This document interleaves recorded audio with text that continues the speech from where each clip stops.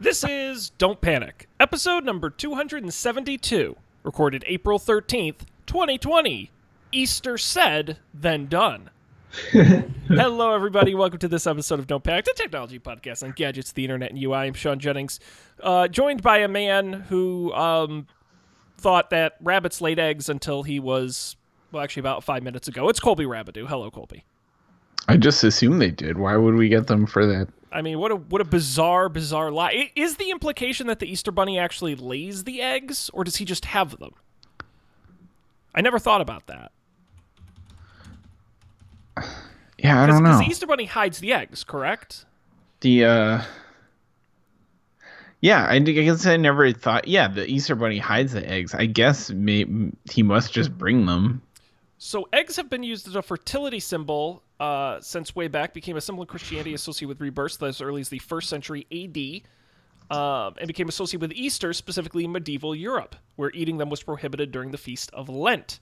A common practice in England at that time was for children to go door to door begging for eggs on the Saturday before Lent began. People handed out eggs as special treats for children prior to their fast. The idea of an egg-giving hare went to the U.S. in the 18th century. Protestant German immigrants in the Pennsylvania Dutch area told their children about Osterhare. Osterhaze, I'm sorry. Haze means hare. According to the legend, only good children received gifts of colored eggs in the nests they made in their caps and bonnets before Easter. So I guess it never explicitly says that the rabbit lays the eggs. He just has the eggs. I mean, I guess that makes a little bit more sense. Yeah, a little more sense. Right, a smidge. Right. I mean, it's insane to think it'd lay the eggs, but the fact that a giant magical rabbit brings multicolored eggs seems fine. Totally cool. Sean, I have breaking news. Breaking news. You might have noticed that our third co-host, the final musketeer, is not here. I didn't notice, actually, but I'm glad you pointed it out. That's good to know. Dan's missing. Huh? He said, I texted him. He said a moment ago, yeah, sorry, I cut my finger. Not going to make it. I assume he means he's not going to make it to the show and not that he's been mortally wounded. Bad way to end that sentence. Yeah. I asked if he's okay, and I'll report back as soon as I hear from him. Yes, encourage photo and video. Seeing is believing. Pixar, it didn't happen. That's right. We want to know. What's going on with you, Colby? What's hot? What's good, my man? I don't know. I still don't leave my apartment. It was so windy here today. Was it windy where you are? It was crazy windy. It was gusting like madness. I mean, it was raining sideways. It was definitely windier than it has ever been since I lived in this apartment. The good news is it wasn't. So there's one side of the apartment where like the windows are not super secure. So if it rains and also the wind blows hard enough in a particular direction, the water comes like into the apartment. Is that a feature or I don't think it is. Is it a waterfall feature? Right. I don't think that's what you want in your apartment. But luckily the wind wasn't blowing in that direction today. So you stay dry. Yes. Yeah. But I don't know. Otherwise, I mostly I don't hate working from home. I don't know. What do you think? You're a full week in now, right? Yeah, I've kind of been going up and down. I lost my mind for a little while. I had a really bad stomach bug the end of last week, Friday and Saturday, and I didn't work Friday. And I'm feeling better. It's one of those things where it's like, every symptom is coronavirus, so it's like, oh my God, I could have it. And it's like, no, it's just a stomach bug. I'm fine. Or it could have been corona, and I'm now over it because I have no other symptoms. So who knows? Perfect. Yeah, that's like this March, April is like prime allergy time for me. Right. So it's like, I have like a minor sore throat. Do I have coronavirus? I've taken my temperature like multiple times a day, every day. Oh, when I was going to the office, I took it every morning before I went in. Yeah. Because you just don't know. Now I have a pretty good handle on what my normal temperature is. Yeah. Yeah, I'm surprised there isn't like I mean, I know there are smart thermometers, but I'm surprised there isn't one that like pushes the idea that you should do it every day and track trends, because I feel like some people would be super into that. Right. The yeah, I'm a like 98.5 Perfect. kind of guy. That's Spot where I'm at. on. I'm right. Yeah. I'm right there with you. Right in the right. 98.6 or 7. Right in there. Yep. Prime. Yep. Where you Average. Hey, that's us. Average. The exciting development for me, Colby, you may have noticed, for people watching the video version, that my face is obscured. My true. mic normally isn't this high up, and that's because I've made the difficult decision to grow a mustache. Now, the problem is I just decided that in the last week or so, and my mustache is at the phase of like pubescent child, and it looks very bad. So I'm obscuring it a little bit, but I'm very excited for what will come next. Wow. A mustache. I've never grown any kind of facial hair whatsoever in my I was entire gonna life. say, I don't know that I've ever seen you No, with and I'll be very confessional here on the show. I don't think I could grow a beard. My facial hair is very spotty on the cheeks, and it's never. I've never tried to grow it out long, but in the little bit it's grown, it doesn't really fill out. But my mustache, and of course my father, Steve, has had a mustache, I think, since he was born. He had the mustache when it was cool, and then when it wasn't cool, and then when it was cool again, and then when it wasn't cool again. He's just always had it. So I think it's in my genes to grow a dope mustache. So I'm gonna give it a shot.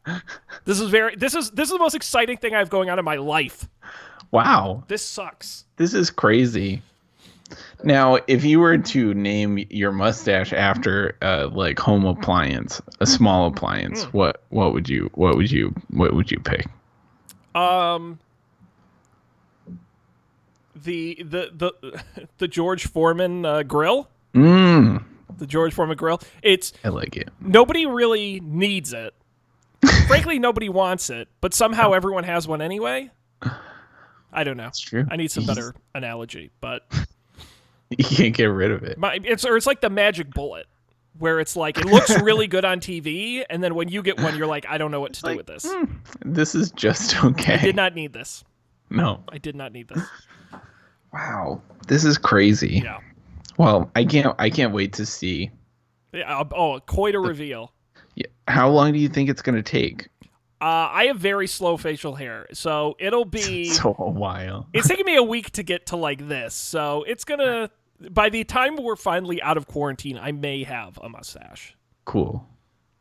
Do you have like scissors to like trim your mustache? Nope.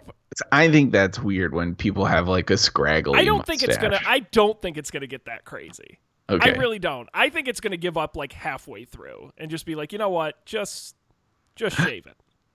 And someday what's going to happen is I'm just going to get like annoyed with it and I'm just going to take it off. But we'll see. I don't know. I have literally nothing else going on. So. All right. I don't know, Sean. Maybe this is like your destiny. Like your whole life has been building towards this moment. I'm genetically predisposed to growing a mustache. You just need to embrace it. I do. I appreciate that overwhelming support. I'm here for you, metaphorically, Thank you, because sir. we My can't. facial hair coach. Yeah. Thanks, man. You're welcome. Appreciate it. But other than that, no, things are pretty fine. Yeah, mine is okay, given the circumstances. Yeah, I don't think there's any shame in fine. Now, Colby, I did put together another running segment we've had the last couple weeks throughout this quarantine, a trivia segment. But normally you have Dan to do it with you. I'll try it. All right, will you give it a shot? This may be the easiest one we've done yet, I think. Okay, what is it? It's a tech-related challenge. What you have to do is you have to list every model of iPhone in order from release. And I mean every model. Okay. In the correct order. I think you can get like 80% of it easy. But there are a few in there that are going to trip you up. Yeah. Okay. But I'm down. we'll start with the original iPhone. I'll give you that one, Okay. and go forward from there. Now, the second iPhone was not the iPhone 2, right? It was the iPhone 3G. That's correct. Because that was the popular one. That was when it got crazy. Yep. Got to have that blazing 3G speed. Right. And then there was the 3GS. Mm-hmm.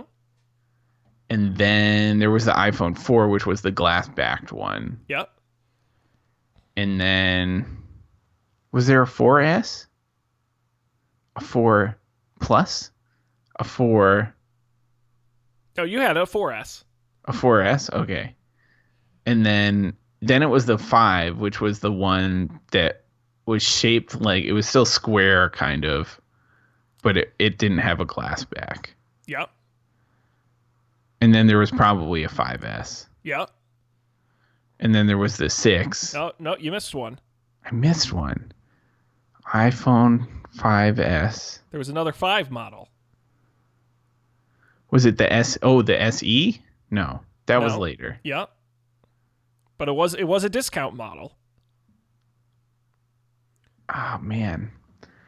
iPhone 5C? Yes, the beloved plastic-backed one that came in all the bright colors. Great phone. I can't, like, I can picture the colors. I can't picture what it actually looks like. It was never a huge seller, but it was around for, like, years and years and years. They just kept selling the thing. It was crazy. Yeah. But yeah, the 5C, the plastic one.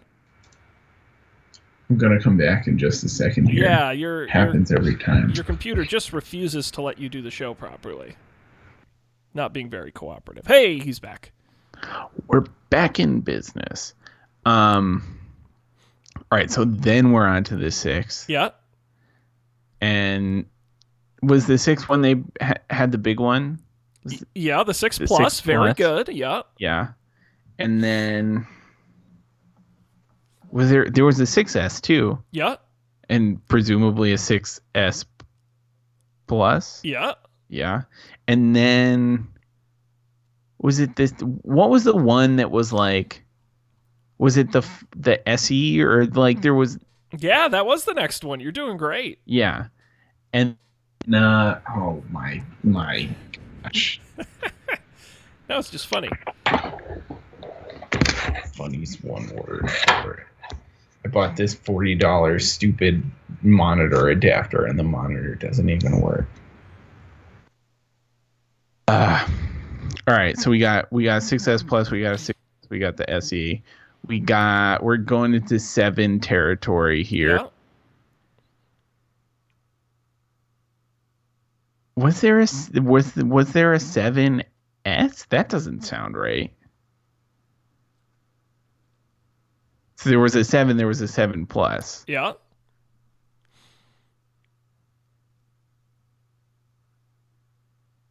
Did the iPhone 8 come right after the 7? Is that your official guess? No, it doesn't feel right. But iPhone 7S also doesn't feel right. Maybe that's my official guess. They did the S thing for a while. There was no iPhone 7S. They did go right to the 8. Damn it. All right. So they went right to the 8. Got Yep. the 8. We got the 8 Plus. Yep. And then did they skip the iPhone 9? That was the one because everybody skipped 9. Windows skipped 9. So we went right to the iPhone X. Yep. And then the X Plus. And then No, there was no X Plus. oh, right, because the X was the in-between. Right. Wow. Because that was the premium one when the 8 came out. Right. Oh, my God. It was the fancy one. It's weird because this is so much more recent, and I remember the earlier stuff. Well, because there's like so many different... It's not as linear. Yeah. Yeah, so there was the 10, and then we went to the 10S. Yes, the 10S and the 10S Plus. That was when they had they didn't do it, the big one. No, did they do the 9 then? No. No, so you're kind of all over. So the 10S is correct. So in a single event, they announced the 10S, Yeah. but they also announced a bigger version of the 10S. The 10 big. No. The 10 plus? No. They stopped using Plus. This was the first time they used Was it Max? Max. It was the Max. the 10S Max. Oh God. And then this is terrible. And then there's one other phone before you leave the 10s. The XR. That one I Hey. remember. Yes. And that one, that's the one you have. I still have. I love it. Yeah. It's a great phone. And then we're into 11 Yep. territory. And so we got now 11's the one where they had the 11 and then there's the 11 Pro. Yeah. And the 11 Pro Max, Yeah. presumably. And that's it. You got them. How confusing. Now, do we get to do iPads now, too? I was literally just thinking, iPad much must be so brutal. I can't even name the iPads now. Well, no, but then they were doing that thing where it was like just iPad for a while. It was like iPad 4th generation. And then it was like... The new iPad? Yeah, I mean, I'm looking at the name here where it's like iPad, iPad 2, iPad 3rd generation, iPad mini, iPad 4th generation, iPad Air, iPad mini 2, iPad mini 3, iPad Air 2, iPad mini 4, iPad Pro, iPad 5th generation, iPad Pro 2nd generation, iPad 6th generation, iPad 7th generation. It goes on and on. Whew. It's craziness. Yep, so that was a fantastic use of our time for that very fun challenge. Colby, any other nonsense you would like to talk about before we get into the news this week? Nonsense. No, I have no nonsense. What I've been watching. Ooh, yeah, do tell me. So, people are like, oh, you should play video games and stuff. When it comes to things I watch on my television, I go the totally opposite direction. I want the most thoughtless, uninteresting, uncomplicated programming you can put on. So lately, I have been binging on Hulu, Kitchen Nightmares. Which... Is that Gordon Ramsay? Yes, and it used to be an old college, one of our streaming shows we would watch. Yeah. Phil was a huge Kitchen Nightmares fan. Oh boy, is that just the most thoughtless crap programming. I mean, there's nothing, it's like this restaurant that's just been shitty for years, and then in 3 days they magically fix it, and then there's actually a website that like catalogs all the restaurants and whether or not they're still open. Yeah. And like all of them closed like 2 weeks after they shot the show. Because, like, it turns out if you're, like, tens of hundreds of thousands of dollars in debt, it doesn't just go away with, like, a new paint job. Right.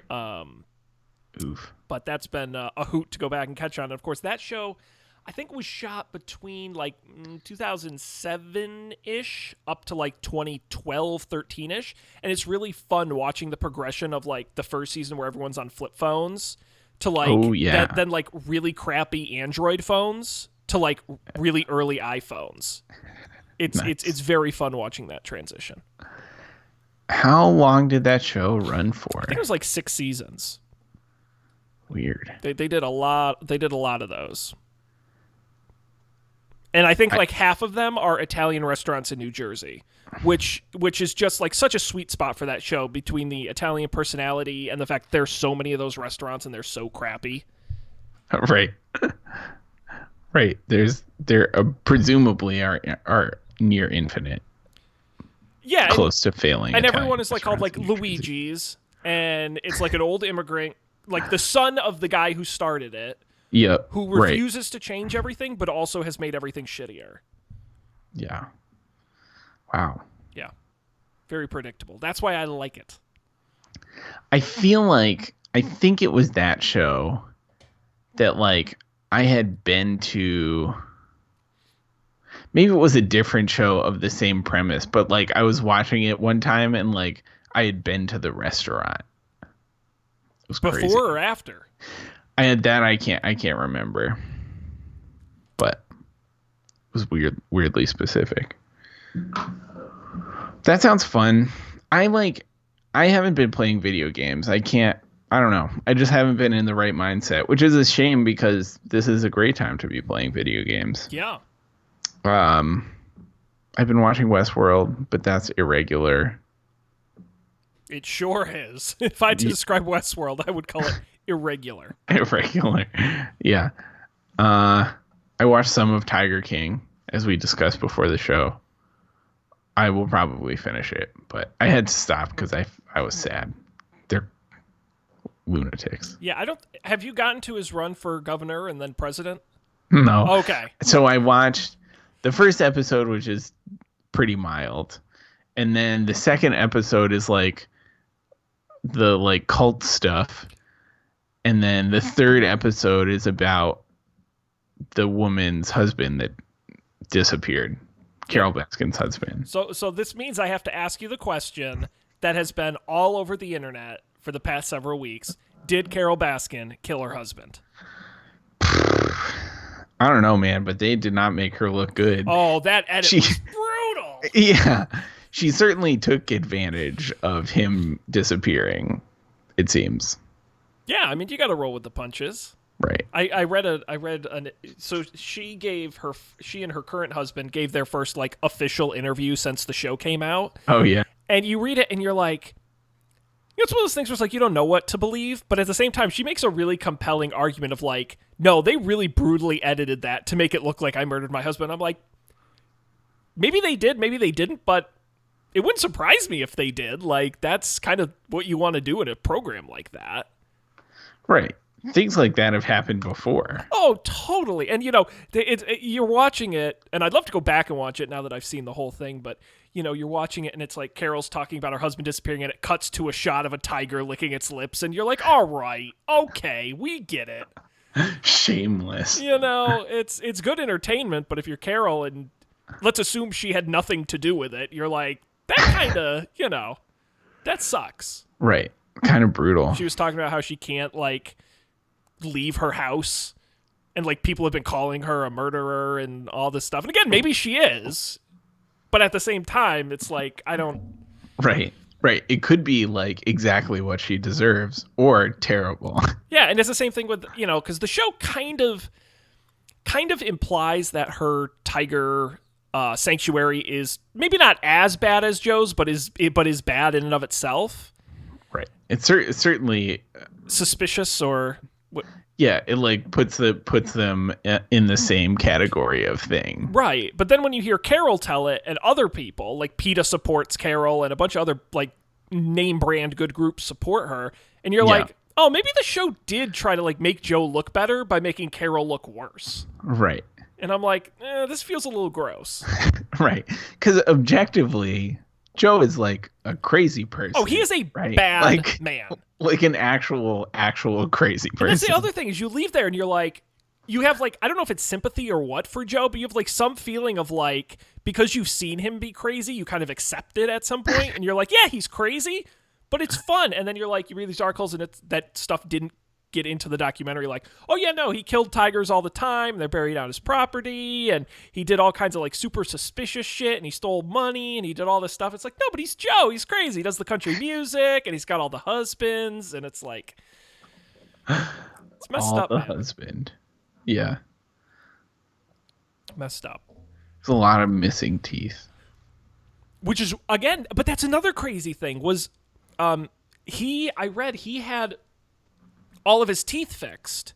And so, like, the very first interview he did with the documentary crew had his bad teeth.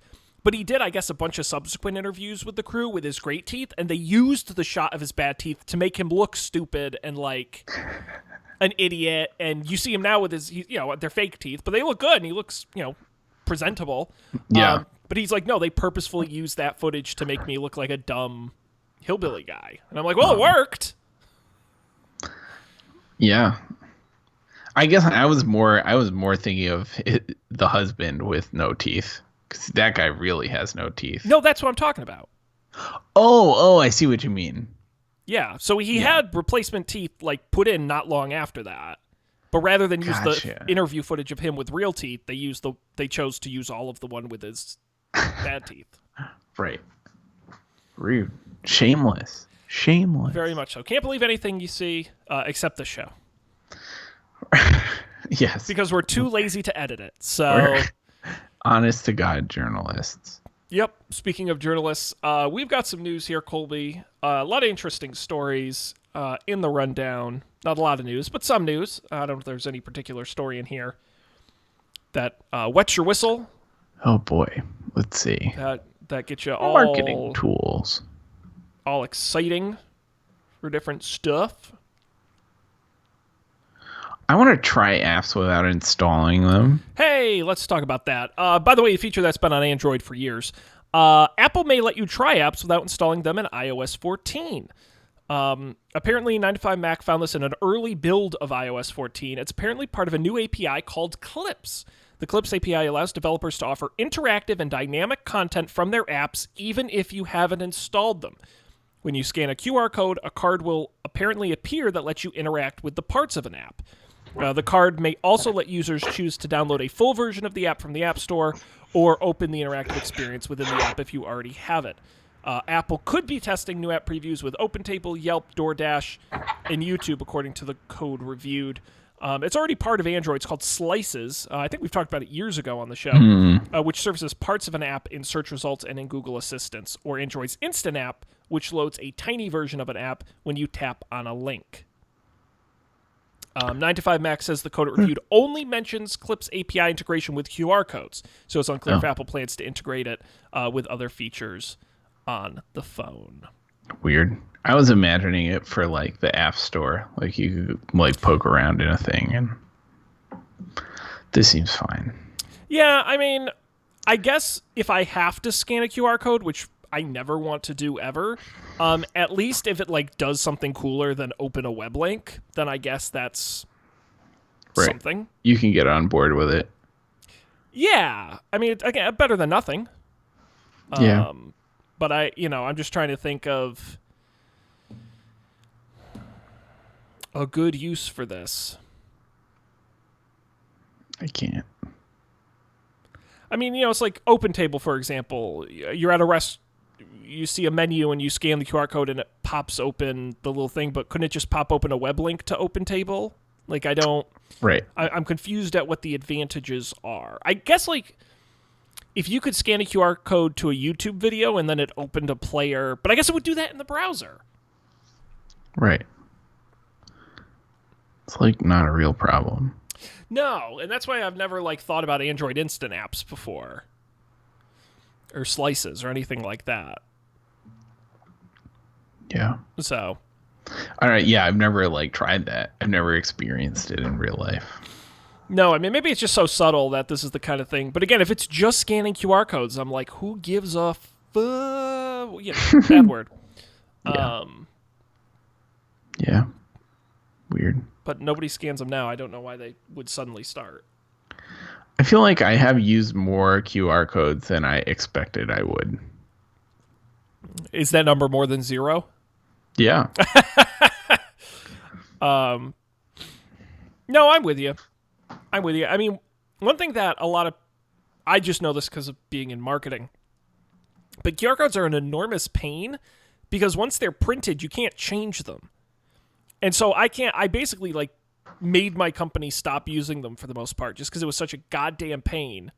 We used to print them like on the tools themselves that would be in use for like 10 years. Right. And it's like all of them were broken. All of them. And it's like, yeah, no, we can't. This is not an effective way to do it. Nice idea, but hard to you got to have an aggressive, I'm like, how many QR codes do we have? And they're like, we don't know. And I'm like, you don't have like a list somewhere? And they're like, no. You're just asking for trouble. That's terrifying. Yeah, so we'll know a lot more. iOS 14 probably going to be announced in June as part of WWDC. So Nice. we'll have an update on that. I did see a really interesting report. Didn't make it into the rundown. I saw it on Twitter. Let me see if I can find the article here quick.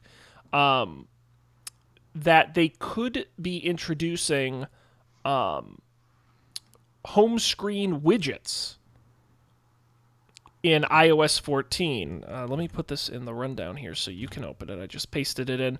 This 9 to 5 article, 9 to 5 Mac article, says that Apple is reportedly developing real widgets on the iPhone and iPad home screen.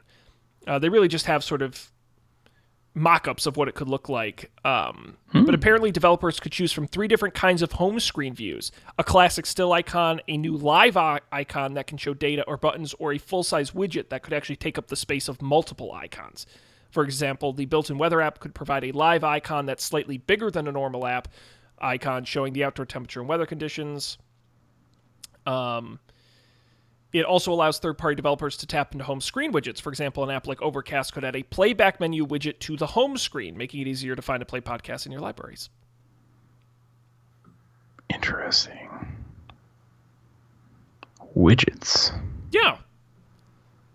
Yeah. I don't know how I feel about that. Yeah. I don't know. I've been trying to use Siri more. Like when Bummer. I need to do something, it is a bummer. Like when I need to do something on my phone and my phone's too far away, I just try and yell at Siri to do the thing. It works like 20% of the time. I always have such a problem doing it on my watch. Siri on my watch is really inconsistent. Yeah. No, mine doesn't work at all. Also, 9 times out of 10, I try and do it on my watch, and then my phone turns on anyways. So I just do it from there. But it's a shame. The one thing I can do successfully is turn off the lights. Things I failed to do include playing a podcast on Overcast, turning on the lights. I can get the weather. Like I ask what the temperature is sometimes, and very occasionally I ask what time it is. That's all. I will say, I think the only things that I have found Siri is really good at is setting timers, which I do use. And I've had really good luck with HomeKit stuff, with my lights. I found it actually more reliable in some cases than Alexa. Not by much, it's close, but the issue is you have like what kind of lights do you have? Yours are Samsung? Yeah, I have some Samsungs, and I have the Lutron ones, the switches. Yeah, gotcha. Because with the Philips Hue and stuff, and with my no, I have Hue. Do you have Hue? Okay. I used to have Samsung, and it stopped working. Yeah, if you have the HomeKit enabled stuff, it works really well. I've had hit or miss with non-HomeKit enabled stuff. Yeah. Yeah. The thing I don't know how to do is I don't know how to get it to do one of my scenes, which is what I use for everything. Yep. So I don't know. I'm sure that's a thing I can look up. I just don't know what the incantation. I don't even know what to ask. Yeah, well, I would think worst case you could probably make a shortcut to do it as well. Right, and you can just make it do those things. Which it should just work anyway. Good point. But I think I've used, which ones are scenes again? Well, it's like the thing where you click it and it does like a bunch of things. See, that's well, no, that's not true, because the only ones I've ever used are Goodnight. And I just say, Siri, good night, and it triggers it. So I've had luck with that. But that one's kind of built in, so I haven't tried to do any kind of custom ones. Right. I have a bunch of custom ones. Or I have like 2, but that's kind of a bunch. Yeah. Actually, yesterday I have some of those, the Philips switch things, like the ones you just stick on the wall. Yeah. And one of them was connected to a random light in a different part of the house, which was confusing. And then I tried to change it, but I clearly mess it up because now it doesn't work at all. Oh, that's the thing with the smart home, man. You tinker with it a little bit. Right. It just There's implodes. Right. It's hard to verify whether or not it's working. Yeah. That's when I move out of this place, I might as well just throw it all out and start from fresh, because I'm never going to get it all working again. 0% chance. 0%. Nope. For shame. Let's see here. I'm going to pick the next story. Okay. Because as a marketing person, I think this is interesting, and as a human being, I think it's disgusting. You may remember Verizon bought AOL, bought Yahoo, and has created a digital marketing conglomerate that is coming up with new and innovative ways to ruin your life. And they have a new one. It's called View Time Optimization.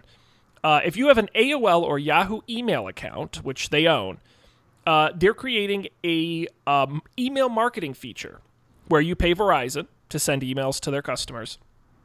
And the company will automatically time emails to arrive the moment a user is looking at their inbox. So it sits at the very top as a new message. God. Now, there is send time optimization, which exists in a lot of services, and that just looks at when you're most likely to check mail. But this is view time. It actually logs when people open their AOL or Yahoo email client, and so the ad goes out when users are actively engaging with the inbox. Basically, when you open your Yahoo account, bing, you suddenly get a new email. How interesting. Isn't that gross? It's pretty horrific. I see. So this is for Yahoo emails. Because they own it. They can get away with it. Yeah. Yeah. It says, according to Verizon, it ensures emails appear close to the top of the inbox, and thus it's improving the sender's open rates, click-through rates, and overall ROI of their email marketing campaign. Email senders who have used VTO with their email campaign saw increases in opens by 4 times and clicks by 2 times. I mean, I'm not surprised it works. Yeah. I feel like it's like I feel like many marketing things are like this. It's like super great until everyone starts doing it, and then it's like, okay, it doesn't matter. Yep. Like it's hot while it's new. And then all of a sudden it's out of control. Right. Well, this is, you know... Just imagine, Sean, someday you won't even get email notifications. You'll just open your email and get like 600 emails. Could you imagine? Feel like everyone just holds back their emails until you open your email client. Like, oh, it would have been nice to have that a few hours ago. Right. That's what I'm going to do with like my boss at work. It's view time optimization. Sorry I didn't send you that email. I'll send it to you when you open your email. I mean, this is, you know, as our friend Jack Donaghy would talk about, this is vertical integration at its finest when you own both the email client and the marketing organization. Right. You can just pump it right in there. It really is. That's creepy. Creepy, Sean. Email's the worst. It's just, no, marketing's the worst. Oh. I will absolutely admit that. That if your company is buying this, like, I hate to be that guy, but yeah, if you're going you should this, feel bad. Well, no, but honestly, the truth of the matter is, seriously, and hopefully this never comes up again at some future job interview or something when I say this, but if you're so desperate to get people to open your emails that you're using this, it tells me your marketing sucks or your product sucks. Because you shouldn't have to shove your email in front of an eyeball looking at the screen for it to be effective. If your emails are good enough, they'll open them even if it was sent a few hours ago. Right. Like you want people to want to read your email. Yeah. I mean, honestly, like the only reason this would make sense to me is if you're like a political campaign looking for donations or something where you really do need to be like immediately in front of them to get their money. Like maybe that would make sense, and there's, you know, whatever you're paying for the ad is outweighed by what you raise. But I think if you're just sending like a generic marketing email, like that's not a good use of your money. I'm sorry. Yeah. That is whack. Shame on you, Verizon. It's whack. So whack. Shame on you. Yes, it's the don't panic shame of the week. Goes to Verizon. We need a bunch of like bullshit segments like that. Yes. All right, Colby, we have time for one more story here. If there's anything in here you want to talk about. Contact tracing for coronavirus, very interesting. Facebook for couples. Let's talk about the coronavirus thing. Yeah, this is both weird and interesting. It is weird.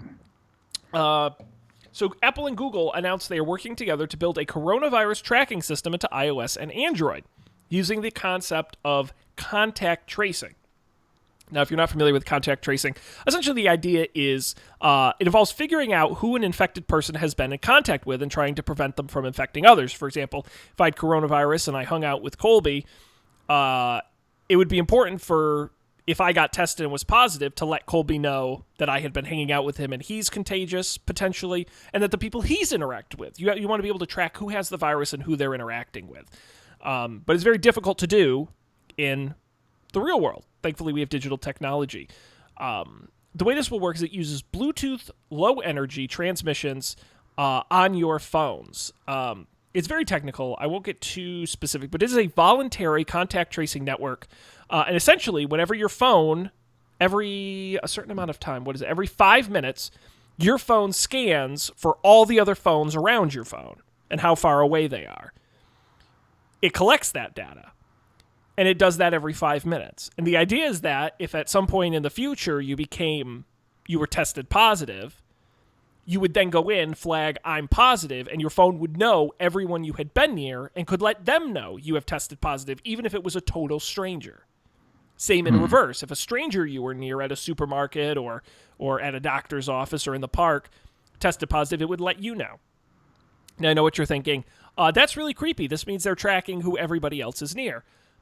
I'm not going to say it's not creepy, but according to them, the way it works is it doesn't use GPS data, so it doesn't actually pinpoint your exact location. It just tracks physical location near other phones.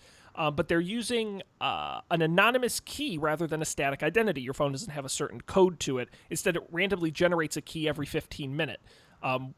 Once a person shares that they've been infected, the app will only share keys from the specific period in which they were contagious. And there's no centrally accessible master list of which phones have matched. Because the phones are performing the cryptographic calculations on device. The central servers only maintain a database of shared keys rather than the interactions between those keys.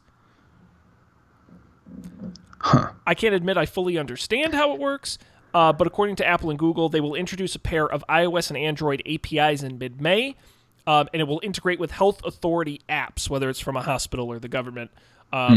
During the initial phase, pre-mid-May, users will have to download an app to participate in contact tracing, but in the months after the API is complete, the companies will work on building tracing functionality into the underlying operating system. Weird. A lot to explain. Yeah. I think it makes sense. Like, I guess I'm curious. So the point of this is really just so that you can know if you've been around a person who has coronavirus in the last 14 days. It's essentially tracking all human interaction. I mean, it could theoretically be bigger than coronavirus. Sure. Obviously, diseases is kind of the key purpose. But yes, it's essentially a system that when a person flags themselves, they can then check and flag everybody who's been near them. Yeah. Yep. I think it makes sense. It doesn't quite make sense to me how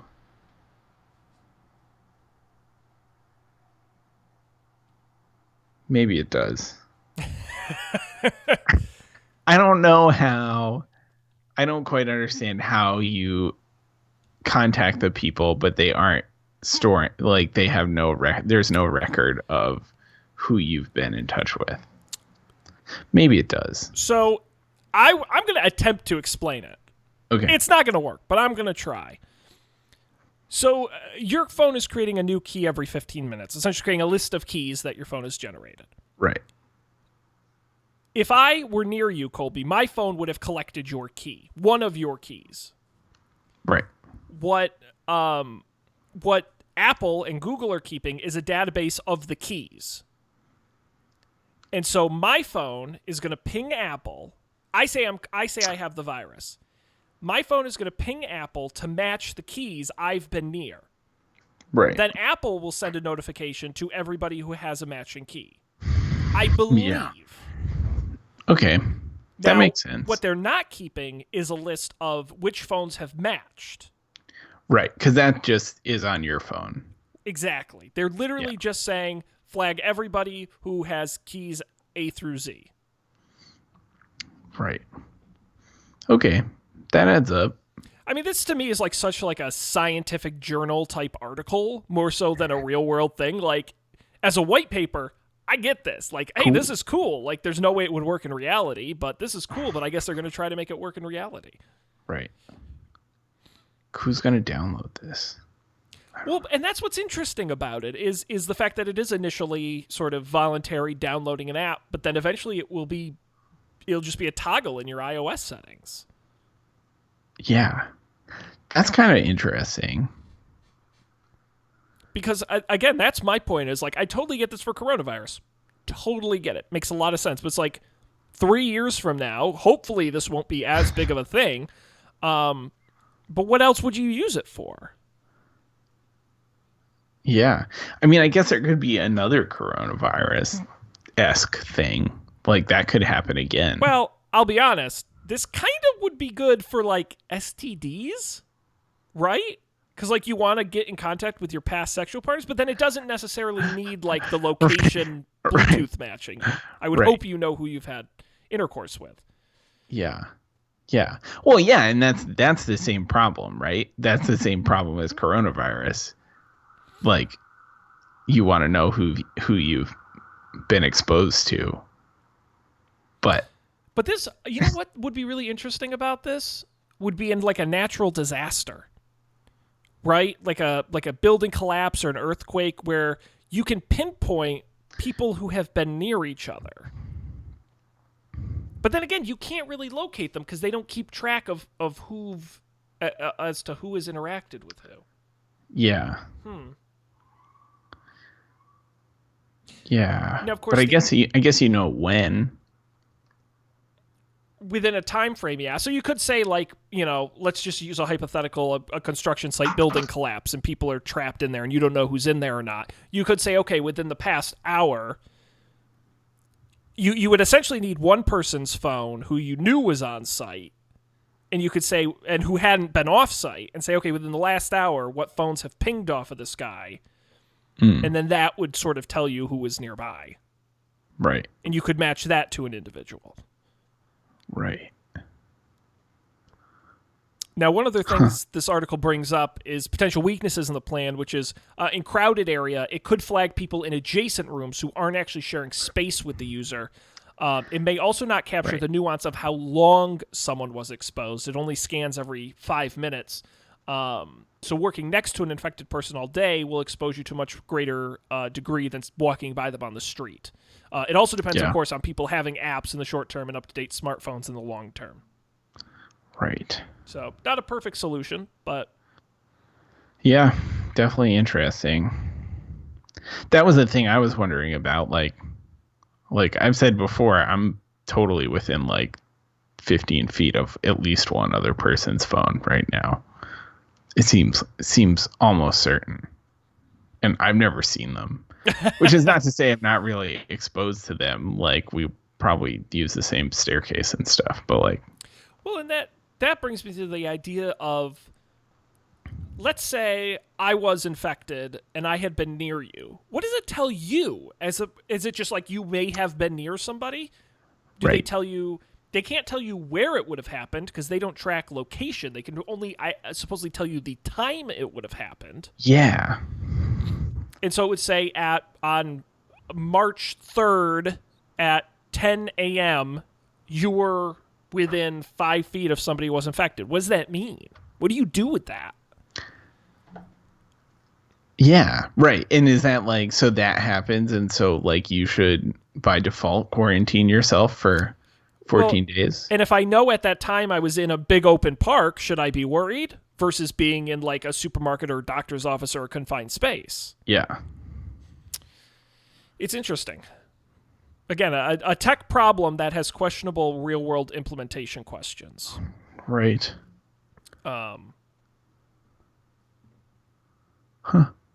now, isn't there a thing like I've heard or read or something that in China they all have, like, everyone has, like, a QR code thing that is, like,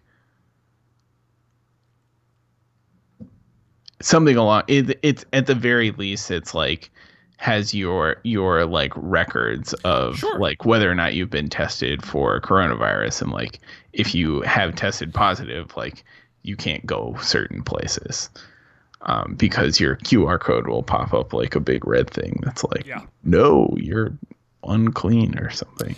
Yeah. And we might be headed towards that, believe it or not. People are already talking about potentially flagging people who may already have the antibodies. Yeah. As someone Right. who's gotten it and gone by it. Right. Which kind of makes sense, I guess, but.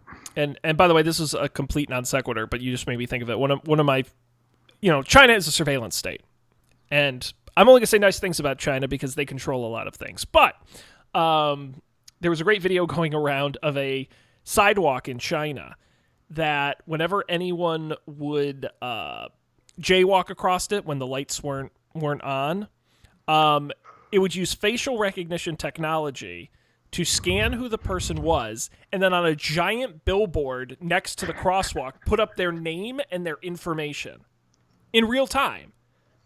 I mean, it was like kind of cool, but also spectacularly creepy. But just to watch people walking by, and all of a sudden you see like their sort of mugshot picture and like their name up there big, like this person is a jaywalker, and like they're big, and like what an insane way to solve that problem. Sean, do you remember a time at Marist College before they put in the tunnel to go under the street? Oh, I remember the whack-a-mole that was crossing Route 9, absolutely. Yeah. Well, I specifically remember like once in a while I would be like sitting in that like little like the sort of like seating like open area in Lowell Thomas that had the window that overlooked the intersection we all would cross the road at, and just watching like sometimes the Poughkeepsie police would just like roll through and like pull over a bunch of college students for jaywalking. Yep, that thing was an absolute death trap. Yeah, it was terrifying. It's a real problem, Yeah, definitely worse than coronavirus is what I'm hearing from you. Yeah, I think so. Good thing they fixed it. Alrighty, well, I think that's the end of the news because we've got to roll along to our picks this week. Picks this week. I'll go first, and then you can take us home. You may have appreciated the title of this week's episode, Easter Said Then Done. If any good puns I've ever done on the show have come from one place and one place only, and that is our good friends at Punpedia. I feel like it should be Punopedia, but for some reason it's punpedia.org. And it's an online encyclopedia of puns. And it's really, the sort of formatting of it is very interesting, the way that they choose to display the different puns, but it actually makes a lot of sense. And so like here are beach puns, for example. They have categories. But they use a bunch of words like sure. Are you sure? Or she sure is strong. It might be water. I know water problem is. Or do you know water mother thinks about this? But so they do them sort of by these categories. Like tuna. I've got one opportunity.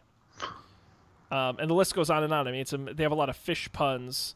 They have a lot of boat puns.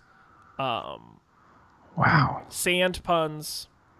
Sand him over here. The organization, like the top level of this website is hysterical. It's just one huge page of like categorized lists. Yeah, it is very weird the way they've done it. I mean, it makes sense because you're like, you couldn't just have like a master list of puns. They kind of have to be organized. Right. But at the same time, it's reindeer puns. Yeah, I'm gonna use this all the time. Puns. Honestly, it's annoying how good it is. Because if you need a quick pun, man, they will set you up nice. So Punpedia, punpedia.org, Punpedia. Bookmark it. It'll be your best friend. You'll be the envy of your Slack with some of these great puns. Wow. Yeah. So check that out. Nice. Colby, what do you have this week? Mine's a dumb one, but we were talking about smart home things before. I've been working from home, obviously. Sometimes I just need to like turn on a light and stuff, and the built-in Apple Home app comes in handy. I totally forgot that it existed until pretty recently, but it is completely sufficient for doing what you need to do. I'm pretty sure it's one of the apps that is like it's like the wrapper thing around the iOS app. Like it's exactly the iOS app. But you could just pop it open and turn on the lights. It's great. Yeah, that's one of the nice things about the sort of Apple ecosystem integration is you get stuff like that. Yeah, I'm into it. So that's my pick. I don't even know how you would do it from like a Windows desktop. I don't know. Maybe they have an app. I bet they don't. A Windows app? What? What? You can get Apple Music on Windows, can't you? You're thinking of iTunes. No, I'm just kidding. Oh. I actually don't know if there is an Apple Music. Is there an Apple Music Windows app? Am I getting it confused with Android? There is an Android app. Must be that. But let me see if I can track down here. Because now you've got me curious. I don't know if they built a native on your PC. iTunes for Windows? Yeah, iTunes. Yeah, it's still iTunes. Can't kill it, man. iTunes forever. What doesn't it do? Everything. It's iTunes, man. Can't believe it. Yeah. Superb, Mr. Colby. That's all we got tonight, I think. Yep. I think you're right, Sean. That is the end of that. Well, we hope Dan makes a speedy recovery. Yeah. I haven't heard back yet. Keeps all his fingers. It's important. Important stuff. Well, it's, his livelihood. I was about to say, he's a pretty hands-on guy, so he's going to need him. This would be a part of the show where I would tease what's coming up this week on Up for Debate, but I actually have no idea what's coming up this week on Up for Debate, so I can't tease it. We missed last week's episode because of my stomach bug, so I don't know what we're going to do. I do know in the next couple weeks we are going to be starting a new movie miniseries. Up for Debate presents the Rocky series. We're going to do all 7 Rocky movies. Rocky 1, 2, 3, 4, Rocky Balboa, Creed, and Creed 2. Wow. Colby, would you be interested in joining us to talk about one of the movies? I have nothing to say about Rocky. The look on your face was like, absolutely not. I will admit, Colby, I have not seen a single one of them. Really? Not I've seen Rocky 1. And I think that's all. I don't even know if Matt has seen all of them. It was his idea to do it, unsurprisingly. I've heard that Creed is good. People like that one, right? People like Creed a lot. I hear Rocky Balboa is forgettable. 4 is just crazy, because that's Ivan Drago and the Russians, and that was just over the top. And then 2 and 3, I'm sure, are fine. So we're going to be doing a mini-series on that. We also are going to be doing, finally, talk about behind the curve, we're going to be doing a Rise of Skywalker episode, because now that it's on rental, I'm actually going to get around to watching it. Nice. And so that'll be coming up as well. So good stuff. Up for Debate. Go subscribe to it wherever you get podcasts. This show, of course, is don'tpanic.io. That's our great website. Go there. Links to the picks will be there, as well as all of the episodes. Of course, you can subscribe to us wherever you get podcasts. Apple Podcasts, Spotify, Overcast, Stitcher, all the great apps were there, and the video version on YouTube as well. And, of course, you can get a hold of us at Don't Panic Show and don'tpanicshow@gmail.com. .com. Oh, boy, that brings you back. God, remember those old, late 90s .com commercials? Expedia. Or when, William Shatner was the Priceline negotiator. Oh, God, yeah. Back in the day. Yeah, wow. The Pets.com dog puppet and, all of those. Yeah. I don't remember. Oh, yeah, I do remember the Pets.com dog puppet. That's what's crazy is, back in the late 90s, not to get off topic, but back in the late 90s, it was a lot of these companies' business plans were we're going to get the domain of blank.com, and then we're going to sell that and make a bunch of money. Like pets.com, we're going to sell pet products. Diapers.com, we're going to sell diapers and whatever. And it's funny to me that pets.com couldn't make it work and collapsed spectacularly. And now chewy.com is doing exactly that and is profitable doing it. Right. It's you were just too early. Yeah, early / bad at it. I don't know. It's like shoes.com or whatever collapsed in the late 90s, and then Zappos is making a bunch of money. So it's like, right. All the obvious domain names completely failed, and then the weird ones have been successful. They actually thought about it and, had a business plan. Yep. Outside of make a lot of money. Okay, off topic, end of episode. Thanks for joining, folks. On behalf of Colby, I'm Sean. We'll see you next time for another Don't Panic.